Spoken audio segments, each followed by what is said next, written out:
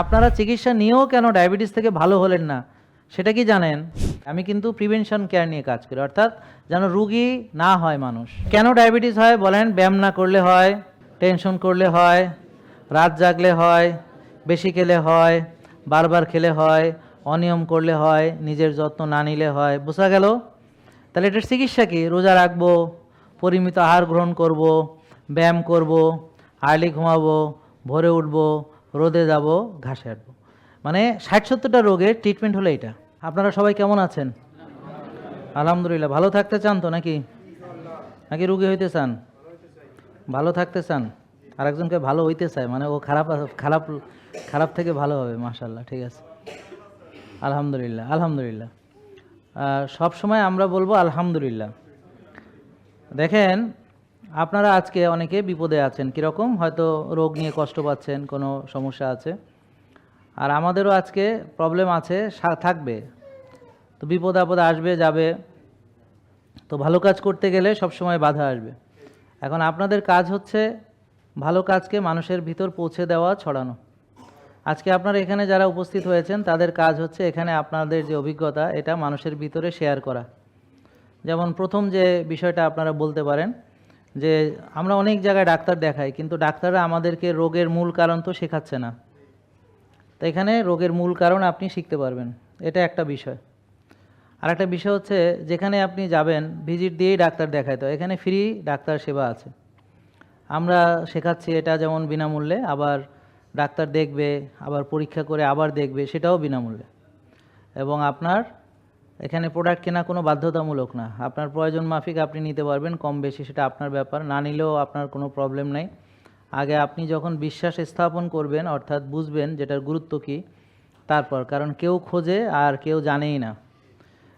তো যখনই আমাদের ধরেন এই যে এখন হুয়ানোপ্রো মাচা নাই, অনেকে এটা খুঁজেই পাগল হয়ে গেছে, যারা বুঝে যে এটা ন্যাচারাল ভায়াগ্রা বলা হয় এটাকে। এখন যারা জানে না ওরা তো আর এটা জানেই না, আর যারা জানে ওরা অনেক দিন ধরে যেহেতু আমাদের কাছে নাই, তো সেই জন্যে তারা খুব এটা নিয়ে হা হুতাশ করতেছে। তো কেউ খোঁজে আর কেউ জানে না। তো এখন জ্ঞানটা হচ্ছে ইম্পর্টেন্ট। তো আমরা পৃথিবীতে যদি জ্ঞান ভিত্তিক আমার জীবনকে পরিচালিত করি তাহলে আমাদের পক্ষে সুস্থ থাকাটা সম্ভব হবে। যেমন জ্ঞান ভিত্তিক খাওয়া দাওয়া করা, অর্থাৎ আপনি যে খাবারগুলো খান সেগুলোর সঙ্গে রোগের কোনো সম্পর্ক আছে কি না বলেন তো? যেমন ধরেন যাদের ডায়াবেটিস রোগী তারা যদি এখন চিনি খায় তার ডায়াবেটিস বেড়ে যাবে, যাবে কি না? তাহলে খাবারের সাথে কি এটার কোনো সম্পর্ক আছে? সে যদি টেনশন করে ডায়াবেটিস বাড়বে, টেনশনের সাথে সম্পর্ক আছে। সে যদি রাত জাগে বেড়ে যাবে, তার মানে রাত জাগার সাথে সম্পর্ক আছে। সে যদি ব্যায়াম না করে বাড়বে, তাহলে ব্যায়ামের সাথে সম্পর্ক আছে। আর সে যদি বারবার খায়, তাহলে বারবার যদি চিনি খায় তাহলে সুগার, চিনি বারবার বাড়বে না? বাড়বে। আচ্ছা, তাহলে একটা লোক রোজা রাখলে তার সুগার কমবে, আর বারবার খেলে তার সুগার বাড়বে। তা এই খাবারের সাথে সম্পর্ক আছে কি না? এখন কিছু খাবার আছে যেটা খেলে সুগার বেশি বাড়ে, যেমন চিনি শিরা যদি খান, অর্থাৎ মুরব্বা যদি খান তাহলে বেশি বাড়বে। তারপরে ভাত খেলেও চিনি বাড়বে, আপনারা খেয়ে দেখতে পারেন ভাত খেয়ে চিনি বাড়ে কিনা, দেখবেন দেখবেন খাওয়ার আগে যা খাওয়ার পরে একটু বেশি আসে। আবার রুটি খেলেও খাওয়ার আগে যা খাওয়ার পরে একটু সুগার বেড়ে যায়। আর আপনি যদি মধু খান, চিনি খান, অথবা গুড় খান, খেজুর খান, কলা খান, তাহলে খাবারের সাথে কি ডায়াবেটিসের সম্পর্ক আছে কি না? আছে। তাহলে ঠিক একইভাবে আপনি টেনশন করলে প্রেশার বাড়ে, জানেন কি না? আবার রাত জাগলেও প্রেশার বাড়ে, এটা জানেন কি না? তো খাবারের সাথেও টেনশনের সাথেও আপনার প্রেশারের সম্পর্ক আছে। তাহলে এই যে বিষয়গুলো বোঝা গেল। তাহলে এখন রোগের চিকিৎসায় প্রথম হচ্ছে আগে লাইফস্টাইল মডিফিকেশন। লাইফস্টাইল মডিফিকেশন কাজ না হলে তখন গিয়ে মানুষ ওষুধ খাবে। কিন্তু আমাদের অবস্থা হয়েছে কি, আমরা তো ওষুধ দিয়ে জীবনটা শুরু করে দিচ্ছি, কেউ আর লাইফস্টাইল মডিফিকেশনকে আমাদের বুঝায়নি ব্যাপকভাবে।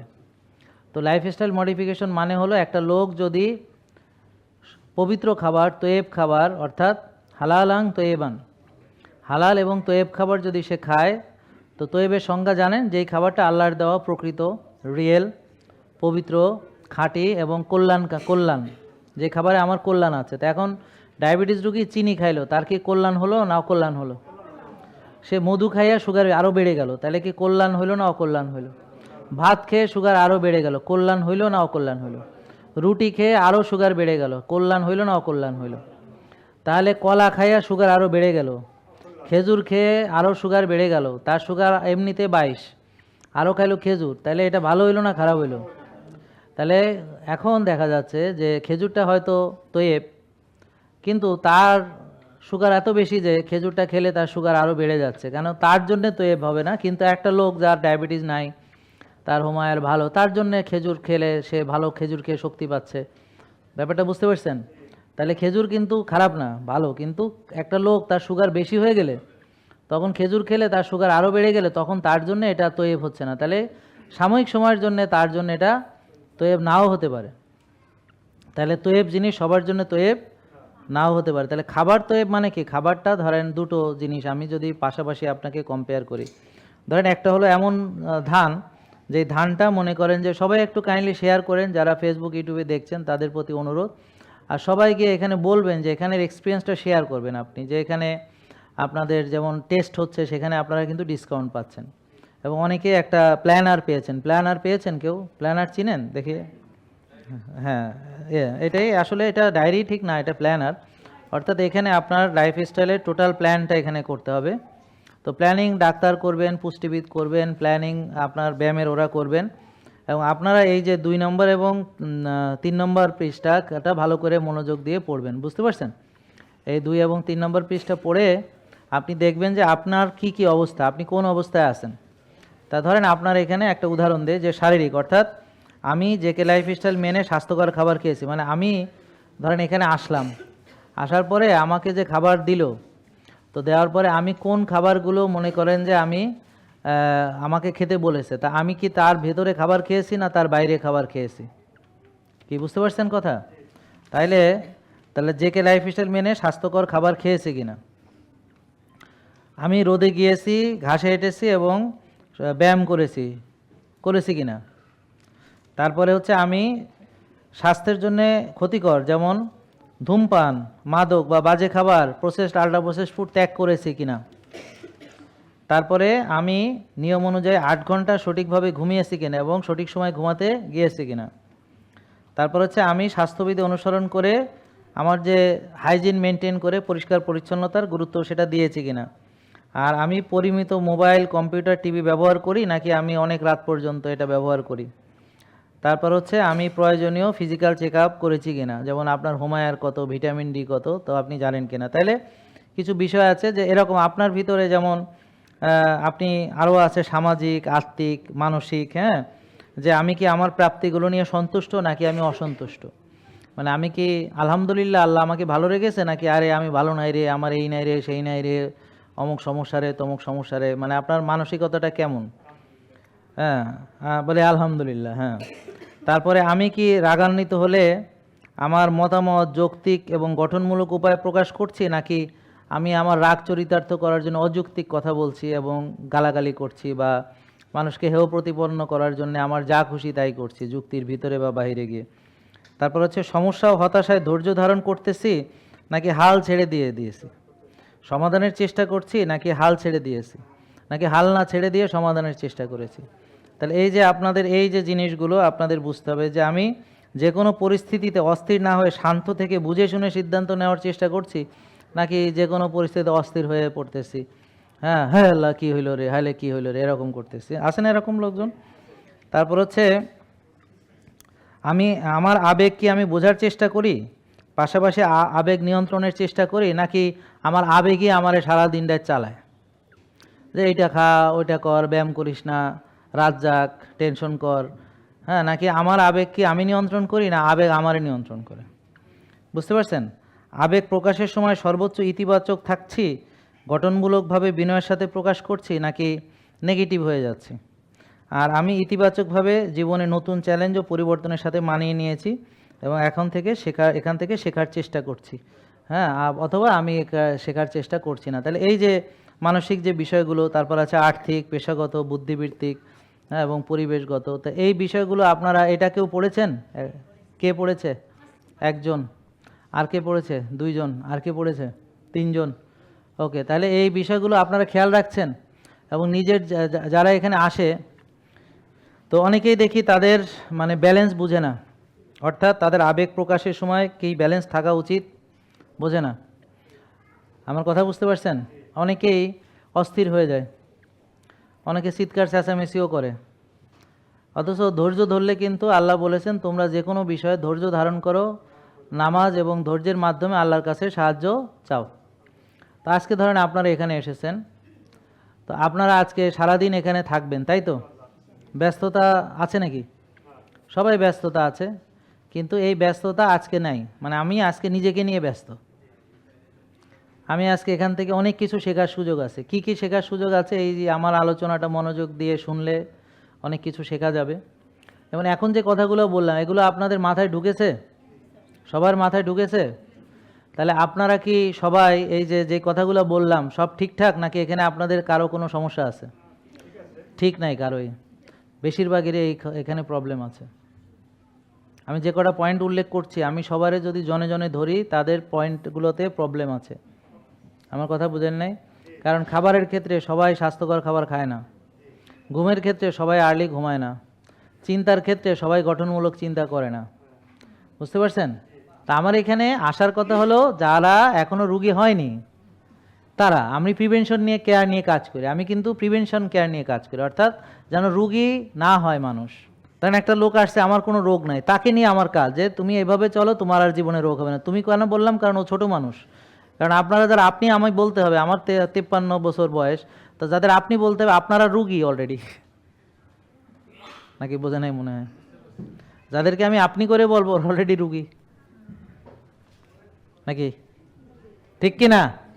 হ্যাঁ, তাহলে যারা ছোট, যাদের এখনো, তোমাদের যাদের এখনো রোগ হয়নি, তোমরা আসবা আমার কাছে, এসে আমার সঙ্গে এখানে বুঝবা যে তুমি যদি এখন থেকে হালাল তৈব খাবারের বাইরে না খাও, তুমি যদি 1 ভাগ খাবার গ্রহণ করো, 3 ভাগের 1 ভাগ, তুমি যদি মানে ক্ষুধা থাকতে থাকতে খাওয়া শেষ করো, এবং যদি তুমি রোজাও রাখো, এবং যদি রেগুলার তুমি কায়িক শ্রম বা ব্যায়াম বা খেলাধুলা কিছু একটা করো, এবং তুমি যদি আর্লি ঘুমাও এসার পর পর, এবং যদি তুমি ভোরে উঠো, এবং যদি 5 ওয়াক্ত নামাজ মসজিদে জামাতে পড়ো, রোদে যাও, ঘাসে হাঁটো, মাঝে মাঝে একটু কফি আনামা করো, শ্বাসের ব্যায়াম করো, এগুলো যদি করো, তাহলে তোমার রোগী হওয়ার কোনো সুযোগ আপাতত নাই। 60-70টা রোগ হওয়ার কোনো সুযোগ নাই।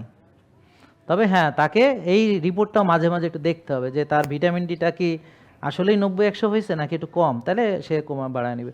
হোমায়ারটাকে আবার বেড়ে গেল, তাহলে একটু কমায় নেবে।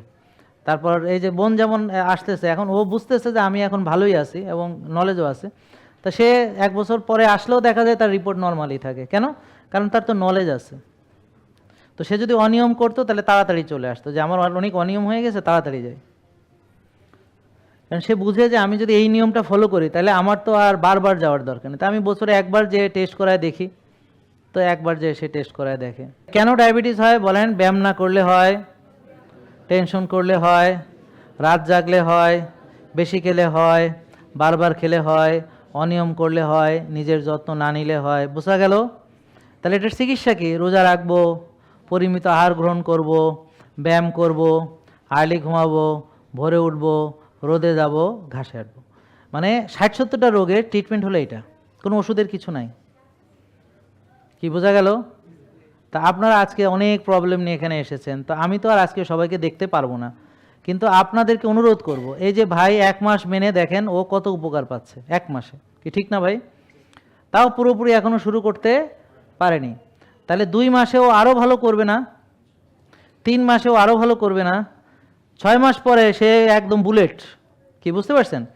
আর যারা 6 বছর ধরে মানছে, ও তো মহা বড় ইঞ্জিন। মানে সে এখন আজকে মারে ধরে আনে তো, কাল বাপরে ধরে আনে তো, আজকে বন্ধুরে ধরে নিয়ে আসে।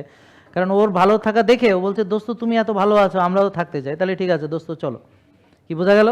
তাহলে 6 বছর মানার পর ওর চেহারা দেখছেন তো কেমন, আপনারা তো দেখলেন তাই না, যে 6 বছর মানলে কি হবে। তাহলে এই ভাই 1 মাস আগে ওনার চেহারা যদি দেখতেন, দেখবেন একটু চেহারাটা আরও ক্লিয়ার হয়েছে।